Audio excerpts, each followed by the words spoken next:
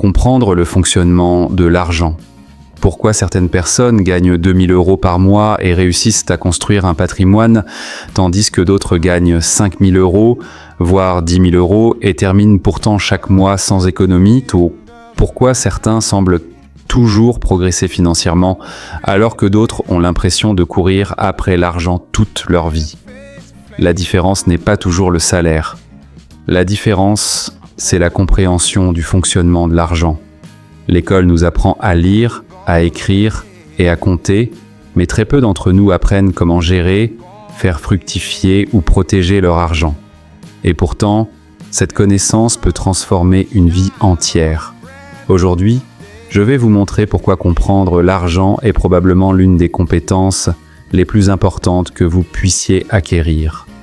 Restez jusqu'à la fin, car la dernière idée pourrait changer votre manière de prendre vos décisions financières. Numéro 1. L'argent est un outil, pas une finalité. La première erreur que beaucoup de personnes commettent est de croire que l'argent est un objectif. En réalité, l'argent n'est qu'un outil. Comme un marteau permet de construire une maison, l'argent permet de réaliser des projets. Il peut financer une formation, créer une entreprise, acheter du temps, protéger votre famille, investir dans votre avenir. Mais un outil n'a de valeur que lorsqu'on sait l'utiliser. Donnez un marteau à quelqu'un qui ne sait pas construire, il ne bâtira rien. Donnez de l'argent à une personne qui ne sait pas le gérer, il risque de disparaître rapidement. C'est pourquoi comprendre l'argent est souvent plus important que le simple fait d'en gagner davantage. Numéro 2. Gagner plus ne signifie pas devenir riche. Beaucoup pensent, si je gagne plus, tous mes problèmes disparaîtront. Pourtant, regardez autour de vous.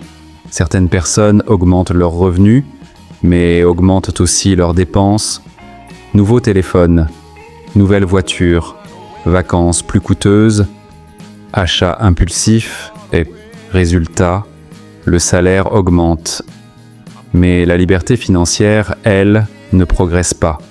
Ce n'est pas le montant que vous gagnez qui détermine votre richesse, c'est ce que vous faites de ce que vous gagnez. Une personne qui économise, investit et réfléchit à long terme peut construire un patrimoine avec un revenu modeste. À l'inverse, une personne qui dépense tout ce qu'elle gagne peut rester prisonnière de ses finances malgré un excellent salaire. Numéro 3. Faites travailler votre argent. Le véritable changement se produit lorsque vous cessez de travailler uniquement pour l'argent et que vous commencez à faire travailler votre argent pour vous. Imaginez que chaque euro soit un petit employé. Vous avez deux possibilités. La première, le dépenser immédiatement. La seconde, l'utiliser pour apprendre une compétence, investir dans un projet ou créer une activité qui pourra produire de nouveaux revenus. Petit à petit, votre argent devient un moteur. Il ne s'agit pas forcément de devenir investisseur du jour au lendemain. Il peut simplement s'agir de développer vos compétences, de créer un contenu, de lancer un projet ou de constituer une épargne qui vous donnera davantage d'opportunités demain. Les personnes financièrement libres comprennent une chose essentielle. L'argent bien utilisé peut continuer à produire de la valeur pendant des années. Numéro 4. Investissez d'abord en vous-même. Le meilleur investissement n'est pas toujours en bourse, ni dans l'immobilier. Le premier investissement, c'est vous. Chaque livre lu, chaque compétence acquise, chaque formation suivie, chaque expérience. Tout cela augmente votre valeur. Et plus votre valeur augmente, plus vous avez de chances de créer des opportunités, d'améliorer vos revenus ou de lancer des projets ambitieux. L'argent peut disparaître, mais les connaissances restent, et ce sont souvent elles qui permettent de reconstruire une richesse durable. Comprendre le fonctionnement de l'argent ne signifie pas devenir obsédé par la richesse.